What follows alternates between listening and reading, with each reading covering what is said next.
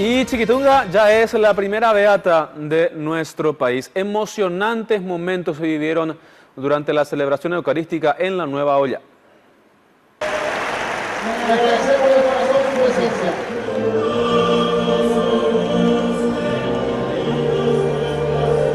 El día tan esperado llegó. Chiquitunga estaba a punto de ser beatificada ante una gran expectativa de la feligresía católica. Seguidores de diversos puntos del país se dieron cita desde tempranas horas y el acto central fue precedido por una serie de números artísticos, varios de los cuales recordaron la vida y obra de María Felicia de Jesús Sacramentado, más conocida como Chiquitunga.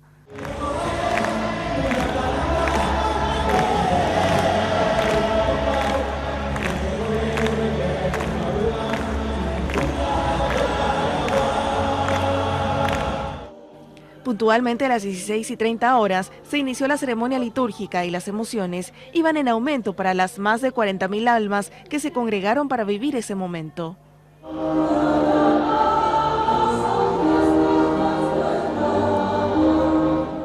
La lectura de la carta apostólica en latín por parte del Monseñor Angelo Amato era la señal de que la beatificación ya se acercaba. En ella, el Papa Francisco declaraba que en adelante Chiquitunga sea llamada beata y que el 28 de abril, día de su nacimiento en el cielo, pueda ser celebrada cada año. Las palabras fueron celebradas con el descubrimiento del rostro de la beata, estampado con miles de rosarios.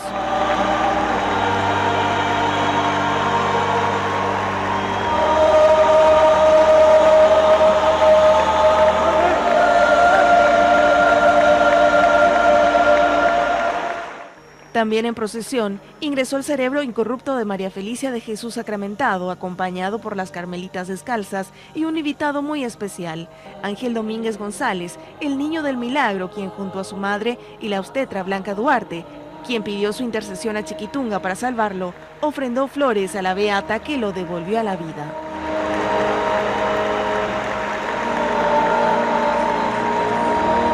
Durante la ceremonia, también se compartieron anécdotas de la vida de Chiquitunga, las cuales ya daban señales de su santidad y que la llevaron a convertirse en la primera beata paraguaya.